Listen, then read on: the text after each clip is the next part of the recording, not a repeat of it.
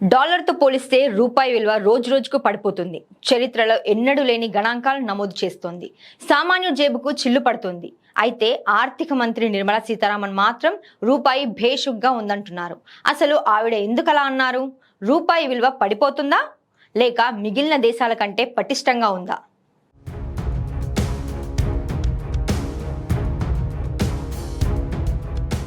పశ్చిమ ఆసియాలో జరుగుతున్న యుద్ధం అంతర్జాతీయ మార్కెట్లలో అనిశ్చితి తీసుకొచ్చింది. ఫిబ్రవరి 28న ఈ యుద్ధం మొదలైంది. అప్పటి నుంచి మార్చి 27 వరకు, అంటే కేవలం ఒకే నెలలోనే రూపాయి విలువ డాలర్తో పోలిస్తే 4.1% క్షీణించింది.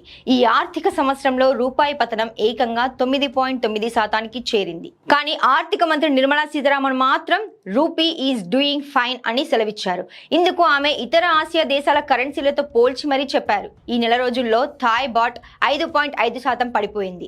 ఫిలిప్పీన్స్ పేసో 4.8% క్షీణించింది. దక్షిణ కొరియా వోన్ 4.6% పతనమైంది. వీటన్నిటితో పోలిస్తే మన రూపాయి కేవలం 4.1% మాత్రమే తగ్గింది. అంటే ప్రపంచవ్యాప్తంగా డాలర్ బలపడుతున్నా ఇతర దేశాల కంటే భారత్ చాలా మెరుగైన స్థితిలో ఉందని నిర్మలమ్మ చెప్తోంది. మరోవైపు దేశీయంగా ద్రవ్యోల్బణం అదుపులో ఉండటం రూపాయికి అతిపెద్ద ప్లస్ పాయింట్. 2020 నుంచి 2021లో 6.2%గా ఉన్న రిటైల్ ద్రవ్యోల్బణం 2024 నుంచి 25 నాటికి 4.6%కి తగ్గింది.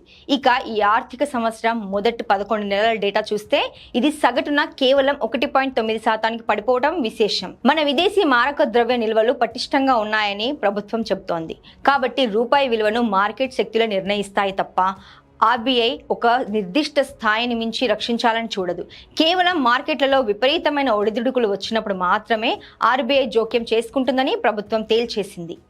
మొత్తంగా చూస్తే రూపాయి పతనం అనేది కేవలం ఇండియాకు మాత్రమే పరిమితమైన సమస్య కాదు. పైగా ఇతర ఆసియా దేశాల కంటే మన రూపాయి చాలా ధైర్యంగా నిలబడుతోందని మంత్రి గారి మాటలు బట్టి అర్థమవుతోంది.